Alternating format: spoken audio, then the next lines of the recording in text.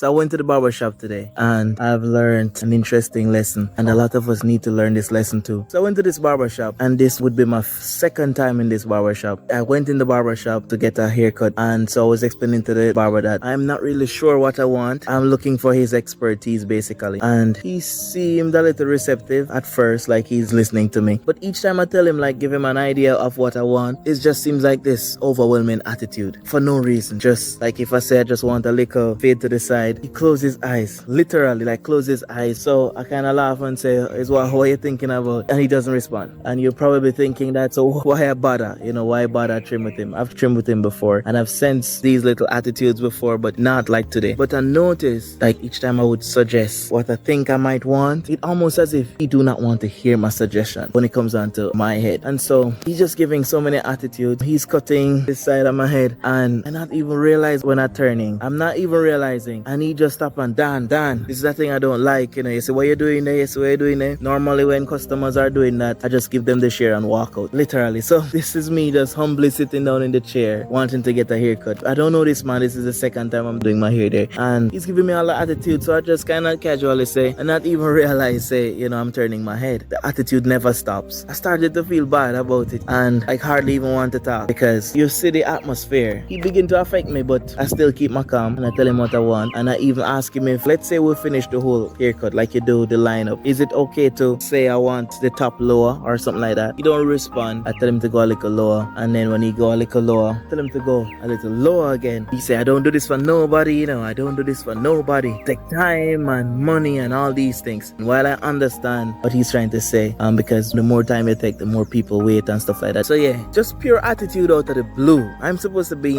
this man client. The first time I even found this man, I was looking for him with a map and stuff like that. So I'm a fresh customer to him. But there's something I want you guys to take away from this. When I finished and I went back to the car and I was driving home, it just hurt me. It just like mess up the evening in a sense. And I feel so bad and so terrible, and it's like so easily a stranger or even a family member could mess up your day and could hurt your heart and could make you feel so bad. It's too much power. I know you probably heard it before, but it's like you give people too much power because nobody not supposed to be able to, because of how they talk. They not even touch you, because of how they talk. And even Christ tell you that what you should do when they touch you, turn the other cheek. But they not even touch you, and you're angry, you're upset, you want to answer back, you want to defend yourself just because of their attitude. And a lot of times it's not you take it personal, but that's their attitude. The same thing that they do with you, they might do with somebody else, and they have been doing that too. And other people know their attitude, and other people have pointed out their attitude, and so you take it personal and it hurts you. That security guard who give you all the attitude, you just want to come deal with your business, and she give you all the attitude in the world. That cashier in a restaurant or wherever you go who give you all the attitude, and all you do ask for the price, and it's like she's saying you should have known the price. I've got that kind of thing before. But anyways, my takeaway is our heart's supposed to be set on Christ and not to be set on man and what man think and what man says about us,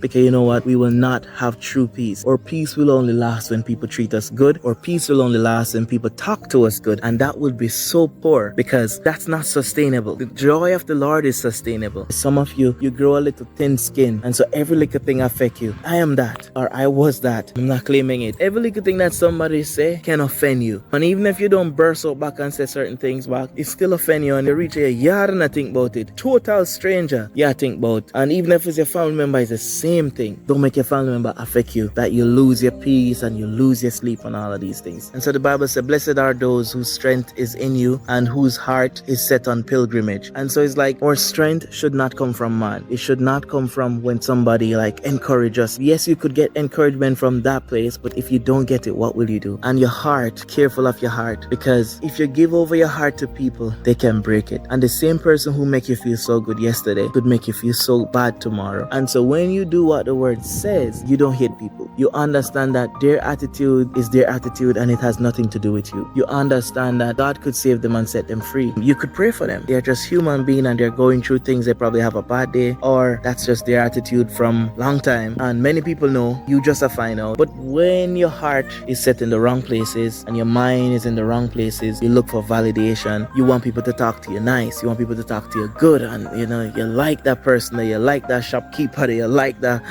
just because they talk to you good. That's not going to be sustainable, because people change and people have different moods and different ways how they deal with things. So I just want to share that with you. God bless you, and hope that encourage you.